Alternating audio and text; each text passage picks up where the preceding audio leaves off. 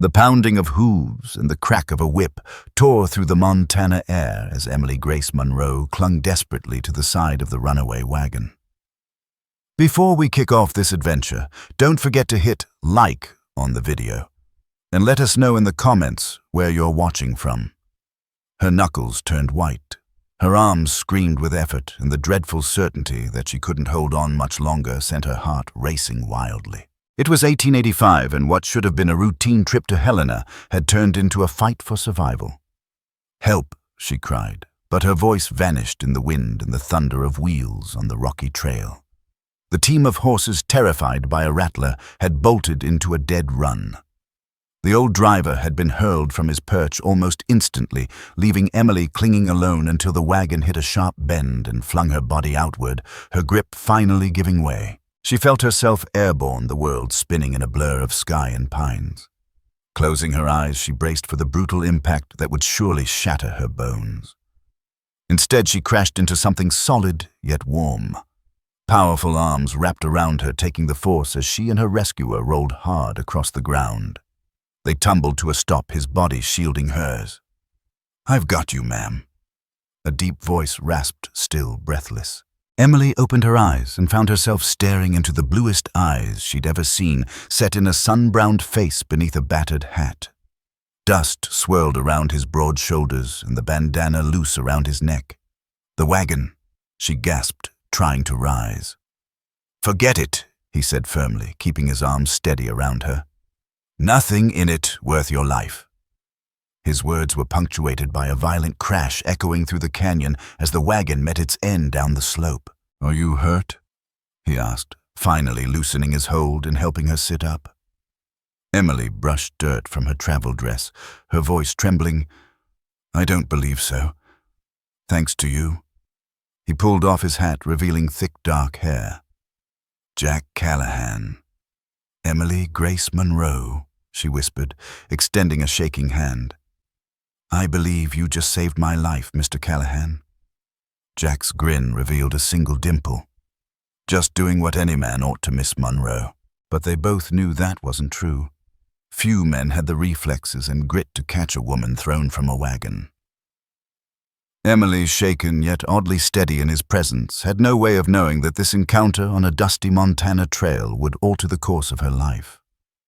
Jack rose and guided her to her feet, his strong hand steady at her elbow. She was taller than most women he'd met, her head near his chin. Her chestnut hair, loosened from its pins, framed her dirt-smudged but striking face. "We'd better check on your driver," Jack said, scanning the trail. "Earl Thompson." Emily nodded, worry in her eyes. "He was thrown when the horses bolted." Together they made their way back up the trail, Emily limping slightly on a tender ankle. They found Earl sitting dazed by the path, still conscious. "Miss Monroe," the old man exclaimed with relief. "Thank the Lord you're safe. I couldn't hold them horses when that snake struck." "It wasn't your fault," Earl Emily soothed, kneeling despite her own pain. "Are you badly hurt?" The old driver grimaced, pointing to his leg, twisted at an awful angle. "Reckon my riding days might be over." Jack crouched down, inspecting the injury. "Broken, but clean. You need a doctor." "My ranch is 3 miles from here," Jack said, straightening. "I've got a wagon and team. I'll get you both there, then ride for the doctor in Willow Creek." "That's kind, but I wouldn't want to impose," Emily began. "Miss Monroe," Jack cut in gently. "You're 20 miles from Helena. No wagon, an injured driver, and a twisted ankle of your own. It ain't an imposition, it's the only way." She bit her lip, knowing he was right. "Thank you, Mr. Callahan." "Jack," he corrected with a half-smile. "Anyone I've pulled from death gets to call me Jack." Despite the peril, Emily found herself smiling back. "Then you must call me Emily." Jack splinted Earl's leg with branches and strips of his own bandana, then eased him against a tree. "I'll be back with my wagon within the hour." He handed Emily his canteen. "Plenty of water. Stay in the shade, rest that ankle." Emily nodded, suddenly aware of her dry throat. "We'll be fine. Please, be careful." Jack's eyes lingered on hers longer than necessary. Always am. He mounted his chestnut gelding and disappeared down the trail. Emily exhaled a breath she hadn't realized she was holding. Settling beside Earl, she offered him water. "That's a good man there," Earl muttered after sipping, shaking his head. "Saw the whole thing, never seen anyone move so fast." "Yes," Emily agreed softly, her gaze still fixed on the empty trail. "He certainly showed up at the right moment." Earl studied her. "What brings you to Helena, Miss Munro, if you don't mind me asking?" Emily's expression sobered. "My father passed 3 months ago. I've come to settle his affairs and decide what to do with his land. Judge Henry Munro was your father." Earl's brows rose. "This territory's worse off without him." "Thank you," Emily said quietly. "I hadn't seen him in 5 years. Mother and I stayed in Boston after their separation. I reckon I regret that now." Earl Thompson muttered, his voice carrying a rough kindness. "He spoke of you often, always had a spark in his eye whenever he mentioned his daughter back east, getting herself educated." Tears welled in Emily Grace Munro's eyes before she could stop them. She had come to Montana set on briskly closing her father's estate and returning to her Boston post at the Women's College. Yet here she was, ankle-aching dust in her hair, waiting on a rugged stranger to come back with help, and already her tidy plans felt like they were slipping through her fingers. True to his word, Jack Callahan returned in less than an hour, guiding a sturdy wagon pulled by 2 broad-shouldered draft horses. He had brought blankets and pillows, showing a thoughtfulness that surprised Emily. With practiced ease, he lifted Earl into the wagon bed, securing the splinted leg with care. When Jack turned to help Emily, she was already trying to climb up, wincing as her knee took weight. "Easy there," Jack said, and before she could protest, he swept her into his arms. Emily gasped, instinctively clutching at his neck. For the second time that day, she found herself pressed against his chest, breathing in the blend of leather pine and something that was all his own. Her heart betrayed her with a quick flutter. "I can walk," she whispered weakly. "No need to make that ankle worse." Jack answered, his voice rumbling through his chest against her ear. He set her carefully on the wagon seat before climbing up beside her and taking the reins. As the wagon rolled on, he spoke of his ranch, the Double R started by his father just after the war between the states. He had taken over 5 years ago when his father's strength began to fail. "Pa's still with us," Jack added with a wry smile. "But he mostly sits on the porch these days, telling anyone who'll listen how much better he would have done it." "You must be close to him," Emily observed. Jack nodded. "He's a hard man, but fair. Taught me everything worth knowing horses ranching and how to treat folks right." His eyes flicked toward her. "What about your kin?" Emily told him briefly of her father's passing her teaching post in Boston and her mother's remarriage to a wealthy merchant. "So you'll be heading back east once your business here's done?" Jack asked, gaze steady on the trail. "That was my plan," Emily admitted. "But I'm beginning to see it may take longer than I thought.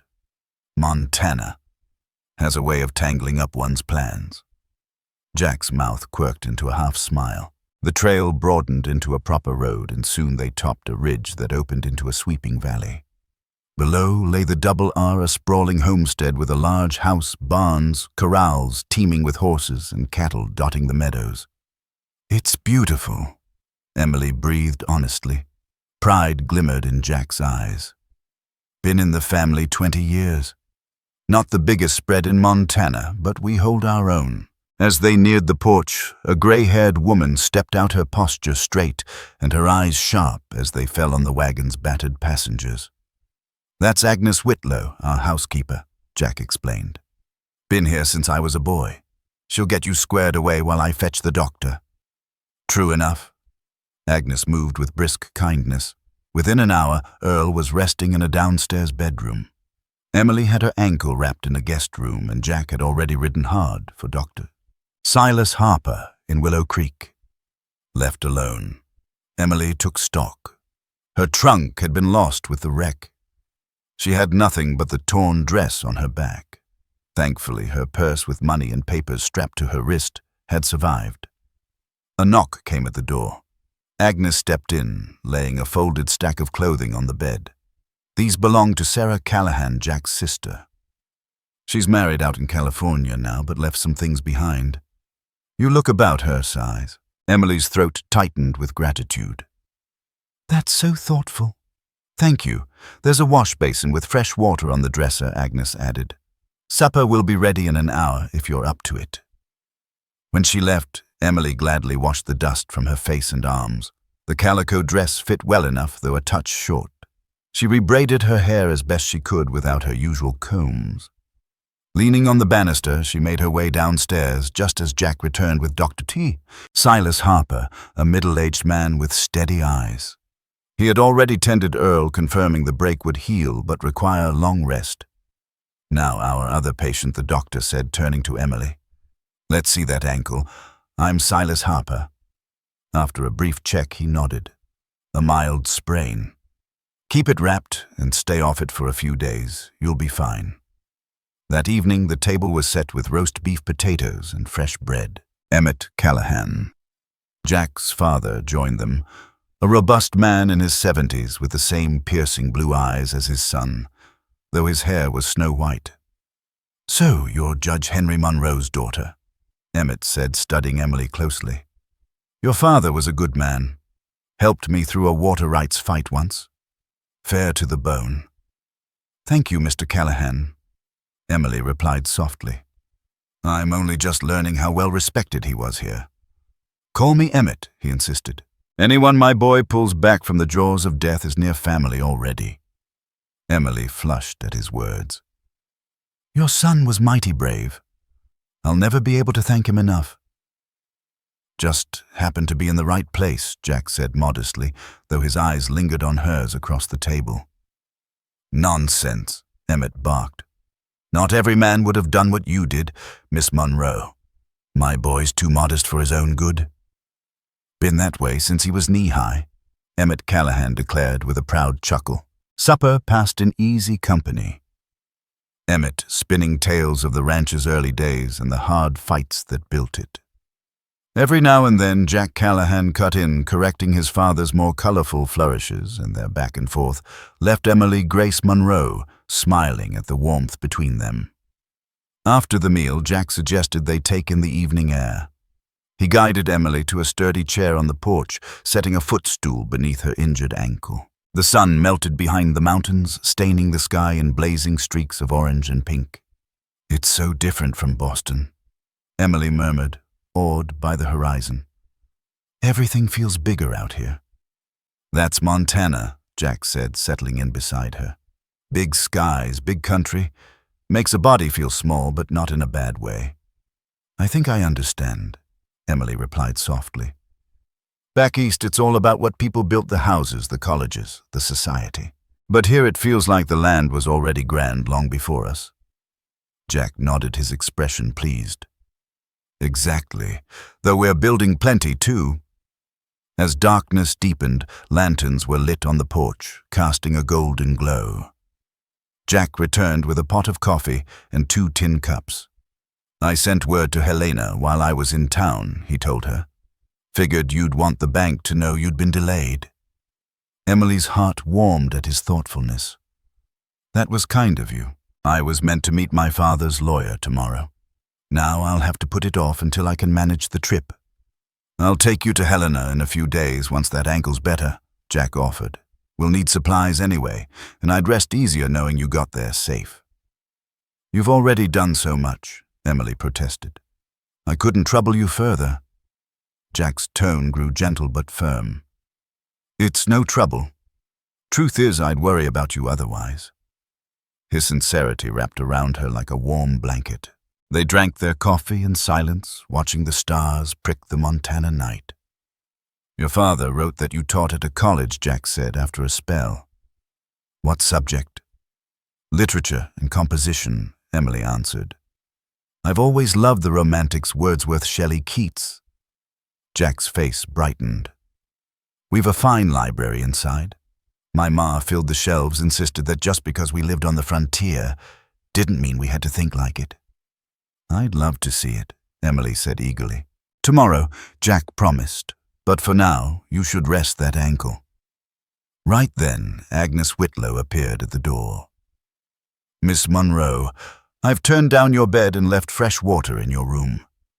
Jack rose and offered Emily his arm. "Allow me to see you upstairs." She leaned against his steady strength, every step slow and measured. At her door she paused, her voice low. "I can't imagine what would have become of me if you hadn't been there today." "But I was," Jack said simply, "and I'm glad of it, even if I hate the cause that brought you here." His eyes lingered on hers, stirring something new and unsteady in her chest. He tipped his hat. "Good night, Emily. Sleep well. Good night, Jack." Inside her room, Emily sat on the edge of the bed, her heart beating faster than it ought. The day had been terror and relief, pain and kindness, strangers becoming more than mere acquaintances in a matter of hours. As sleep claimed her, her final thought was of blue eyes and strong arms catching her from the jaws of disaster. The next days passed in comfort. Her guest room was lined with books, shelves, holding everything from farm manuals to volumes of poetry she cherished. "Your mother had exquisite taste," she told Jack, caressing a leather-bound Wordsworth. "She would have liked you," Jack replied with a quiet smile. "She always said learning wasn't worth much unless it taught you how to see beauty." Emily's ankle mended quickly, and within 3 days she could walk without much pain, though Jack insisted she still rest. Earl Thompson was recovering as well, though his broken leg would keep him still for weeks. Emily found herself slipping into the rhythm of ranch life, helping Agnes with meals, mending Jack's shirts, and passing long afternoons listening to Emmett's yarns. Jack came and went with ranch work, but always found a moment to check in on her. In the evenings, they sat together on the porch long after the others had gone to bed. She learned Jack had once attended university in Denver, his sharp mind and restless curiosity surprising her. "Most figure a rancher don't care for books," he told her one night. "But out here, a man needs his head as much as his hands. There's plenty of time to think when you're riding fence alone." "What do you think about Emily?" asked. Jack's gaze lifted to the stars. "The future, mostly. How to breed stronger stock, improve the land. Sometimes about the bigger world and my small place in it." He gave a crooked grin. "And sometimes whether that mountain lion I heard last night plans to make a meal of my calves." Emily laughed, charmed by the balance of grit and thoughtfulness. "Exactly," Jack said, his eyes gleaming. "And what about you?" Jack asked. "What does a Boston professor of literature think about when she's not teaching Emily Grace Monroe? Considered. I suppose I think about stories, the ones in books and the ones unfolding all around us. Everyone carries a story, you know. And what's yours? Emily Grace Monroe." Jack's voice softened. She lowered her gaze.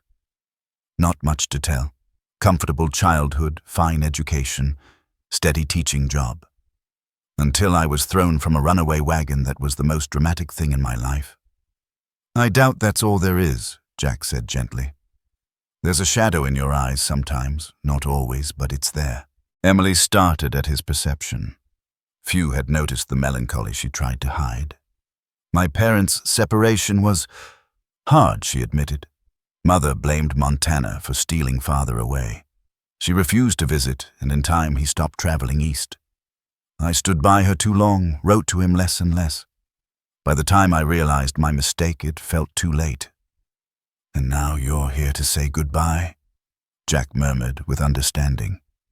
Emily blinked back tears. "Yes, and to decide what to do with his property. Likely sell it, though that feels like erasing the last piece of him." Jack reached across, briefly covering her hand with his own. "For what it's worth, I think he'd understand, and I believe he'd be proud of the woman you've become." His touch was warm, steadying. Emily squeezed his hand for a fleeting second before both pulled back, keenly aware of the intimacy. "Thank you," she whispered, "for listening and for understanding." The next morning, Jack announced his plan over breakfast. "I'll take you to Helena tomorrow. Your ankle's strong enough now, and you've waited long enough. I reckon you're anxious to see to your affairs." Though sensible, the thought of leaving the Double R filled Emily with reluctant heaviness. "What about Earl Thompson, she asked. He'll stay as long as need be. Emmett Callahan put in. No sense moving him till that leg's knit some. Then tomorrow will do, Emily agreed, though her voice lacked conviction. After the meal, Jack mentioned he needed to check on a pregnant mare in the far pasture. Would you like to ride along? I could show you more of the land. Emily hesitated. I haven't ridden in years, not since visiting my grandparents in Vermont. I've got just the horse for you, Jack assured her. Daisy's as gentle as they come, and the movement will do that ankle good. The idea of spending more time with him proved irresistible. She changed into her travel dress, clean now, more practical than the borrowed calico, and met Jack at the stables. True to his word, Daisy was calm and steady. Jack's hands gripped her waist as he lifted her into the saddle, sending a now familiar flutter through her chest. They rode at an easy pace, Jack pointing out streams, pine groves, and landmarks from his boyhood. Cresting a rise, they reined in to take in the sweeping valley below. It's breathtaking, Emily whispered. My favorite spot on the ranch, Jack admitted. I come here to think, or just to remind myself how blessed I am to call this place home. They dismounted, resting on a sun-warmed boulder. Jack pulled 2 apples from his saddlebag, handing her one. After a comfortable silence, he said, I've been thinking about your father's land. Emily tilted her head. What about it? You mentioned. It's a small ranch near Helena. If you mean to sell, you ought to have someone look it over first. Make sure you're treated fair. I'd be glad to ride out with you, give you my opinion. Her heart swelled at the offer. That's generous, Jack. I know nothing of land values out here. I'd be grateful for your help. Then it's settled, he said with a nod. Tomorrow we'll ride into Helena. You can meet your lawyer, then we'll see your father's place together. As they prepared to mount up, Jack froze, eyes narrowing at the brush line. Don't move, he whispered, his tone sharp. Emily stilled. At first, she saw nothing, then a tawny shape slipped from the shadows, a mountain lion sleek and powerful, staring with unblinking eyes. Jack's hand slid slowly to the rifle in his saddle holster. Stay calm. They mostly keep their distance. He's just curious. Emily's pulse hammered as Jack lifted the rifle not at the cat but into the air. The rifle cracked, echoing across the valley. In a blur, the mountain lion vanished into the brush. There now, Jack said, lowering the weapon. No harm done. He was only passing through. Emily released a trembling breath. Do they come around often? Often enough, Jack answered, helping her back onto Daisy, but attacks are rare. Best to respect their territory.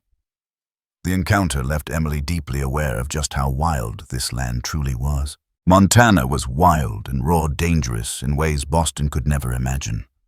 Yet instead of fear, Emily Grace Monroe felt an odd exhilaration. They checked the pregnant mare. Jack predicted she'd foal within the week before riding back to the ranch house. The afternoon sun slanted across the land, gilding everything in warm gold. Thank you for today, Emily said as they settled the horses. I enjoyed seeing more of your place. I enjoyed showing it to you, Jack. Callahan replied, his eyes crinkling at the corners. There was something in his look that made her heart stumble, a warmth and admiration that went beyond courtesy. That evening, Agnes Whitlow prepared a special supper to mark Emily's last night at the Double R roast chicken garden vegetables and an apple pie Jack swore was the best in 3 territories.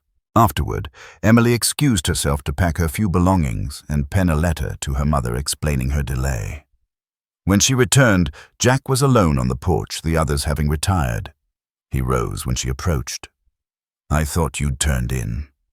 Not yet, she said, easing into the chair that had become hers. It's too fine a night to waste on sleep. The moon cast silver light over the valley crickets, singing in the stillness. A breeze carried the scent of pine and sage. Will you miss Montana when you go back east? Jack asked after a quiet stretch. Emily thought a long moment. Yes, more than I expected. This land gets under your skin. That it does. Jack agreed. I tried living away once at university. But I found myself longing for things I never noticed before: the color of the sky at dusk, the smell of sage after rain, the way sound travels across the valley at dawn. "You're a poet at heart, Jack Callahan," Emily teased with a smile. He chuckled. "Don't spread that around. Bad for my reputation as a hardened rancher." Their eyes held in the moonlight, unspoken possibilities sparking between them. Jack cleared his throat. "We should start early tomorrow. Helena's 6 hours by wagon longer with stops." "Of course," Emily said, rising. "Good night, then." He stepped closer. "Emily," he said quietly, "whatever tomorrow brings, I'm glad that runaway wagon threw you into my path." Before she could answer, he brushed a gentle kiss against her cheek. "Sleep well," he murmured, then stepped inside, leaving Emily with her hand pressed to her cheek, heart hammering. Morning came with mist along the valley floor and the promise of another bright day. Emily, dressed in her mended traveling outfit, folded away the borrowed things and came down to breakfast. The mood was subdued. Earl Thompson thanked her for checking on him daily. Emmett Callahan shook her hand firmly, saying she'd always be welcome. Agnes pressed a parcel of food into her hands and hugged her tightly. "You've brought light back into this house. It's been too long since a woman's touch was felt here." Jack had the wagon ready, the same one that had first carried her and Earl to safety. He helped Emily up in his hands, lingering at her waist before climbing in beside her. As they rolled away, Emily looked back at the house that had been her haven. Emmett waved from the porch, and she raised her hand, surprised by the lump in her throat. "They've grown fond of you," Jack remarked, catching her expression. "Pa especially. He hasn't had anyone new to spin his tales to in years." "I've grown fond of them too," Emily admitted softly, gesturing to the wide valley. "Of all this." The trip to Helena passed quicker than she expected, filled with stories as a store of the land, from native legends to gold rush tales. By mid-afternoon, the territorial capital lay ahead, alive with miners, merchants, settlers, and laborers. The clamor jarred after the peace of the ranch. Jack guided the wagon to a modest hotel on Main Street. "The Montana House," he said. "Respectable place. Friends of my father own it. You'll be comfortable here."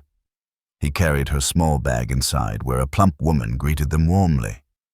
"Jack Callahan, as I live and breathe. Haven't seen you in town for months." "Busy with the ranch, Mrs. Fletcher. This is Emily Grace Monroe, Judge Henry Monroe's daughter. She needs a room while she tends to her father's affairs." Dottie, May Fletcher's face softened. "My condolences, Miss Monroe. Your father was a fair man, well loved here." "Thank you," Emily said, quietly touched again by the regard her father commanded. Once she was settled in her room, Jack said, "I need to see to supplies. The attorney's office is just 2 blocks over. Want me to walk you there?" "Thank you, but I'll be fine," Emily assured him. "Let's meet back here for supper. Perhaps you can tell me what to watch for when we ride out to my father's land tomorrow." "I'd like that," Jack Callahan agreed. 6 o'clock dining room. After Jack left, Emily Grace Monroe freshened up as best she could and walked to the attorney's office. Thomas Abernathy, a thin man with sharp eyes behind wire spectacles and a neatly trimmed beard, greeted her with stiff courtesy. "Miss Monroe, we were concerned when you didn't arrive on schedule. I received word of your mishap, a most unfortunate start." "It could have been far worse," Emily said, thinking of Jack's arms breaking her fall. "I was fortunate to find help." Abernathy nodded absently, already reaching for a stack of papers. "As to your father's estate, the will is simple. Everything passes directly to you as sole heir. That includes the ranch outside town, a modest bank account, and certain personal effects now in my keeping." He slid a document toward her. "This is the inventory. You'll see the ranch is small but debt-free. There have already been inquiries about purchasing it. Land here is valuable." Emily studied the page. 160 acres with a cabin, barn, and corral. No livestock listed. "Did my father ever work it as a ranch?" she asked. "Not actively," Abernathy replied. He kept a few horses, paid a local man to tend them and maintain the place. It served mostly as a retreat from his duties. The judge was not a rancher. Emily remembered letters where Judge Henry Monroe wrote of his little sanctuary. He had bought it soon after taking the bench, captivated by the landscape and the promise of peace. "I'd like to see the place before deciding anything," she said. "Of course. I can arrange a driver." "That won't be necessary. I have a friend who's offered to take me." Abernathy's brow arched, but he said only, "Very well. The keys are here. Otherwise, the property stands vacant." Business concluded. Emily accepted a small box of her father's belongings and returned to the hotel. In the privacy of her room, she opened it. Inside lay items that made his absence pierce anew his pocket watch, the fountain pen she once gave him, a daguerreotype of herself as a child, between her parents, all smiles. At the bottom was a small leather-bound journal. Her hands shook as she opened it. Her father's familiar script filled the pages the final year of his life. She read through entries about his work, his thoughts on justice, and often of his daughter in Boston. Received a letter from Emily today. One entry began. She writes of her students and her lectures, but between the lines I sense her loneliness. I wish I could close the distance not just in miles, but in years of silence. If she comes to settle my affairs, God knows I feel my time growing short. Perhaps she'll find here some part of me that still speaks to her heart." Emily closed the diary, tears stinging her eyes. He had known her better than she realized, even from afar. He had known she would one day read these words. A knock startled her. Glancing at the clock, she realized 6 had come and gone. Just a moment, she called, dabbing at her eyes and slipping the journal away. She opened the door to find Jack's concern etched on his face. "I worried when you didn't come down," he said, then noticed her reddened eyes. "Emily, what's wrong?" "I'm sorry," she murmured, motioning to the box on the bed. "I was looking through my father's things and lost track of time." Jack's expression softened. "No need to apologize, if you'd rather be alone." "Supper can wait." "No," Emily said quickly, surprising herself. "No, I'd like the company. Just give me a moment to freshen up." Over supper in the Montana House dining room, she shared what she had learned of her father's land and her plan to see it the next day. "I'd value your opinion," she told Jack. "Even if it's not a working ranch, I need to know its worth before deciding." "Glad to help," he said. Then his eyes steadied on hers.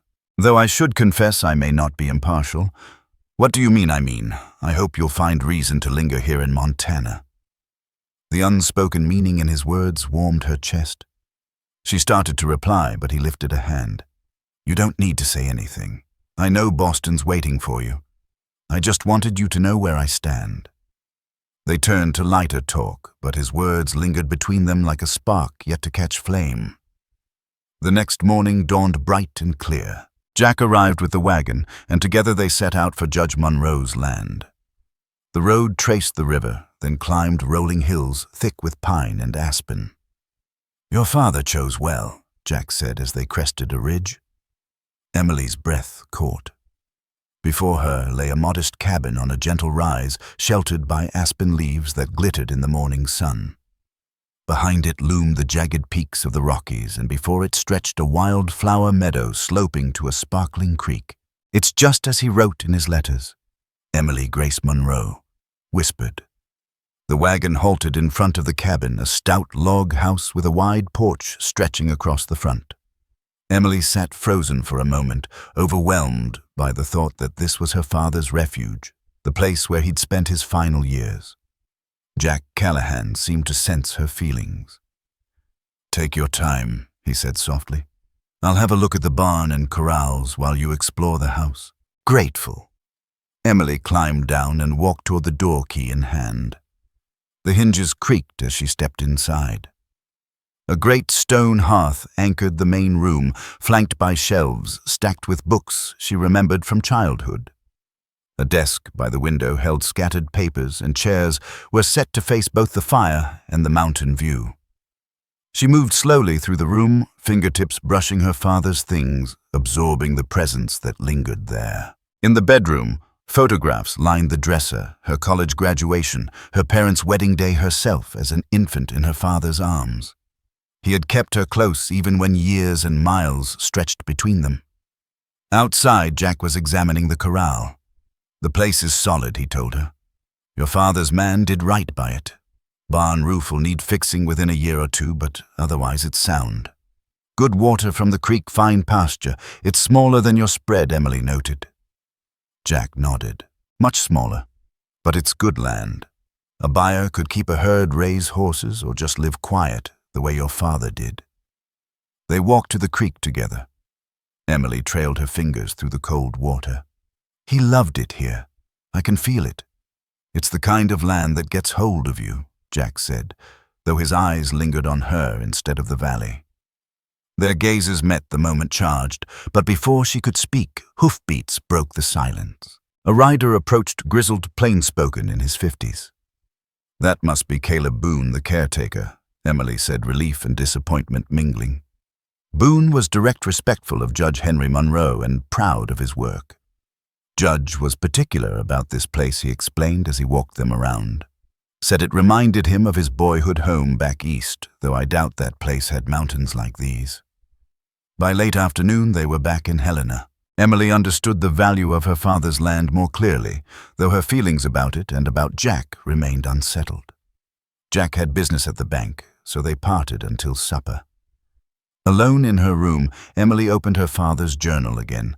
She turned to one of the final entries written weeks before his passing. "Rode out to the aspens today. Watch the leaves turn gold in autumn light." There is a peace here I've never found elsewhere.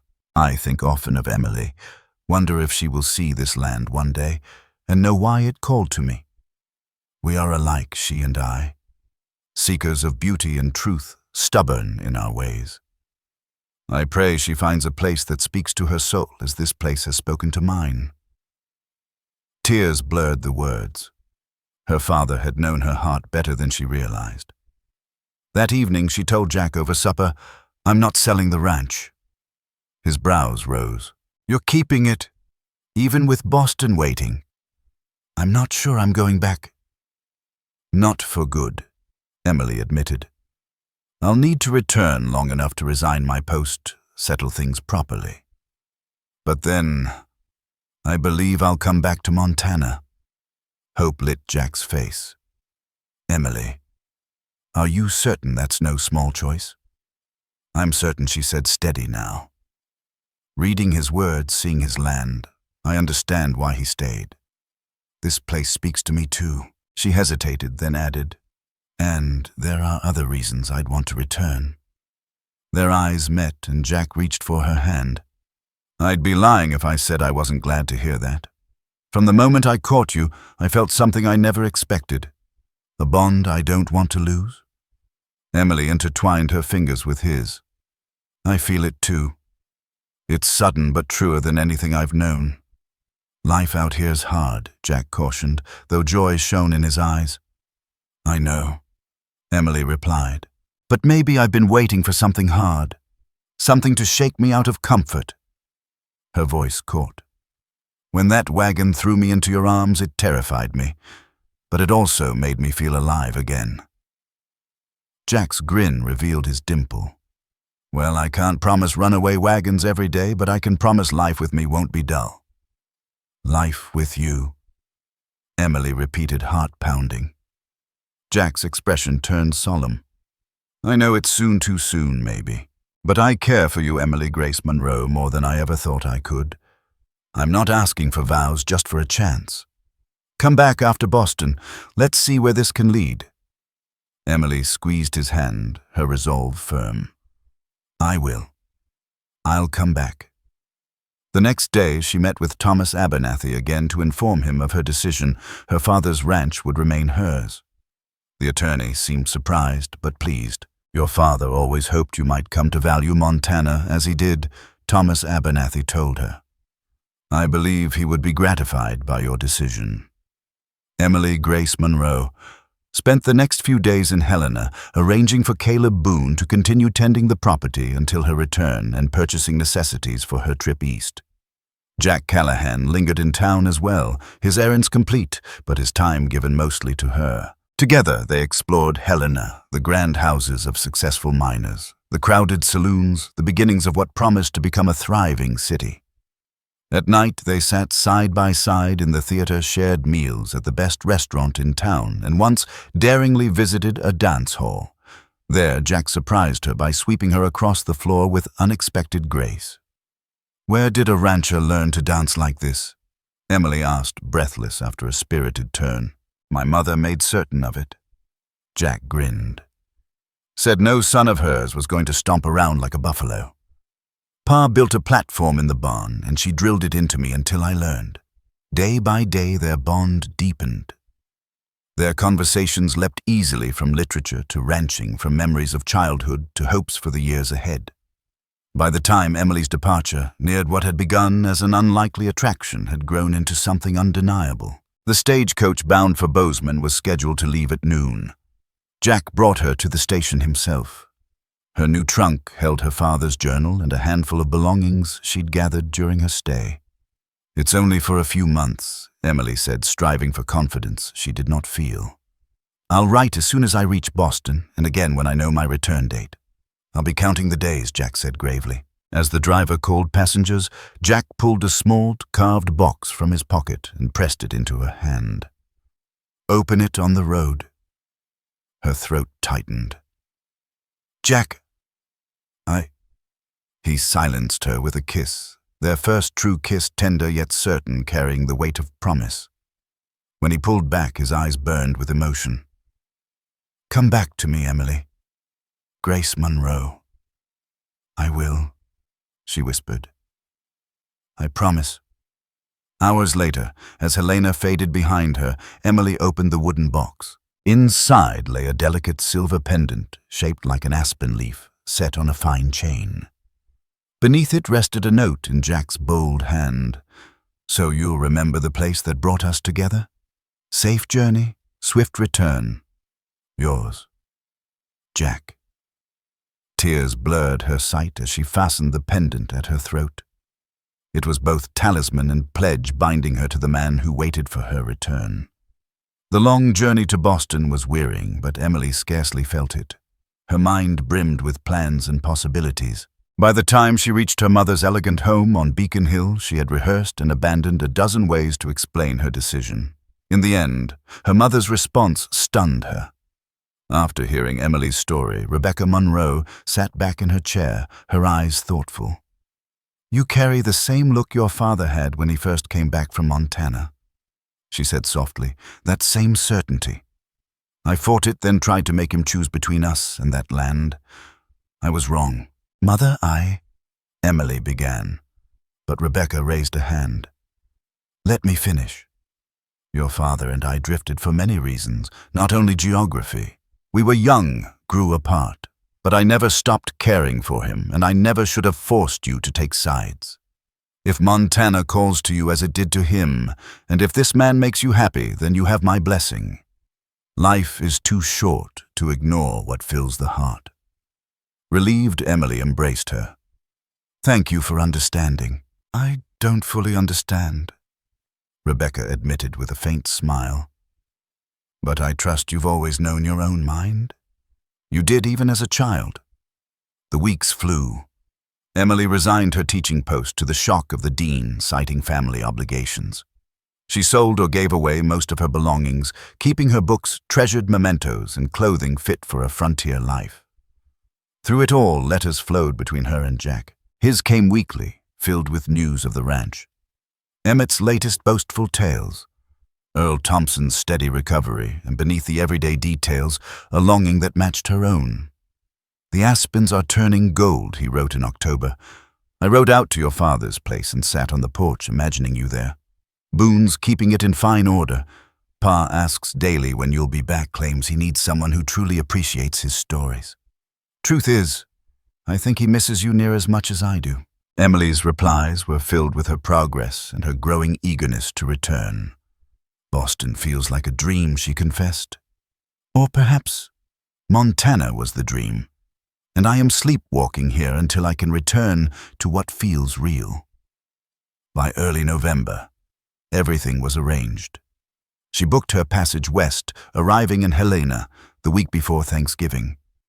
She sent a telegram with the details, then spent her final days saying goodbye to friends and the city that had shaped her. The westward journey seemed endless. Emily filled the hours rereading Jack's letters and her father's journal, each page strengthening her resolve. As the train neared Bozeman, excitement and fear mingled in her chest. What if the bond she and Jack shared had been born only of circumstance? What if Montana's winter proved too harsh? What if she was wrong? But when the train hissed into the station and she saw him waiting tall and straight in his best coat, scanning the cars until his eyes found hers, every doubt fell away. The smile that broke across Jack Callahan's face matched the joy that surged in her own heart. Emily Grace Monroe barely waited for the train to stop before hurrying to the steps. Jack Callahan was there to meet her, lifting her down in one smooth motion straight into his arms. For a long breath, they simply held on, relearning the warmth, the scent, the solidity of each other. "You're really here," Jack murmured into her hair. "I half feared you'd change your mind." "Never," Emily answered, pulling back just enough to see his face. "This is where I belong now." Their kiss was tender and certain, a homecoming wrapped in a beginning. On the stagecoach ride toward Helena, they filled the miles with talk, bridging the months apart. Jack had news Earl Thompson was strong enough to return to his family in Oregon. Agnes Whitlow had fallen ill but was recovering. The ranch was thriving with a fine harvest and healthy calves. "And I've news too," Jack said, his voice carrying a nervous edge. "I've been thinking while you were away." What kind of thinking? Emily asked, her own stomach fluttering. "The kind that makes a man plan for the future, for our future, if you're willing." He took her hand. "I know you've just arrived, and there's much still to learn between us. But what I feel for you is steady, lasting. I don't want to rush you. But I want you to know my intentions." He reached into his pocket and drew out a small velvet pouch. Inside was a simple gold ring set with a perfect diamond. "This was my grandmother's," he said softly. "I'm not asking for an answer this minute, but I'm asking you to consider being my wife." Tears stung Emily's eyes. "Jack Callahan, are you proposing to me in a stagecoach?" A flush crept up his neck. "I suppose I am." "Not very romantic, is it? I meant to wait until we stood at your father's ranch with the mountains behind us, but now that you're here..." I couldn't hold it back any longer.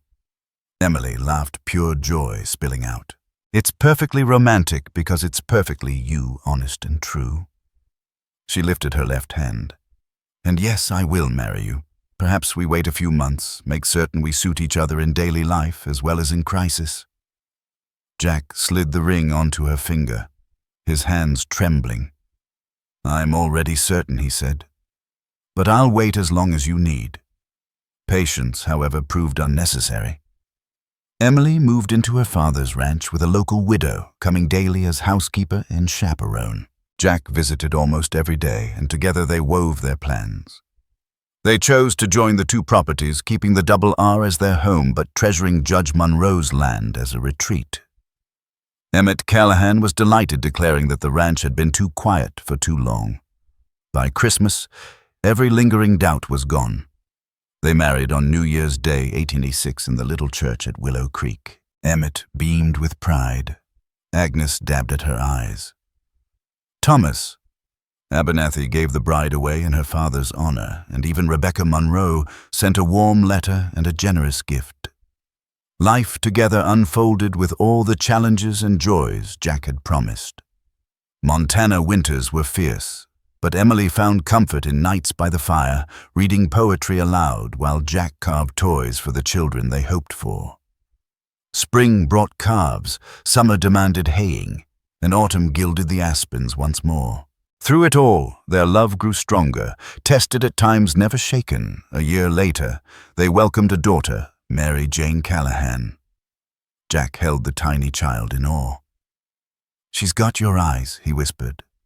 "And your dimple," Emily replied, touching the little mark in their baby's cheek. Jack laughed softly. "Poor child. Never have I been so grateful for a runaway wagon. Who could have guessed where it would lead us?"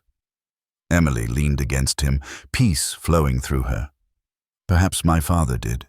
In his journal he wrote that he hoped I'd find a place that spoke to my soul. He couldn't have known it would be here with you, but I think he'd be pleased." "I know he would," Jack said, kissing her forehead. "And I believe he'd be proud of the life you've built here." The years blessed them richly. 2 more sons followed Samuel. Sam Callahan and Jonathan "Johnny" Callahan, healthy, boisterous boys who thrived on ranch life. Under Jack's steady hand, the Double R grew into one of the most respected spreads in the territory. Emily carved her own place, starting a lending library in Willow Creek, teaching literature to eager youngsters and writing essays for Eastern newspapers. Her vivid accounts of frontier life earned her recognition back east.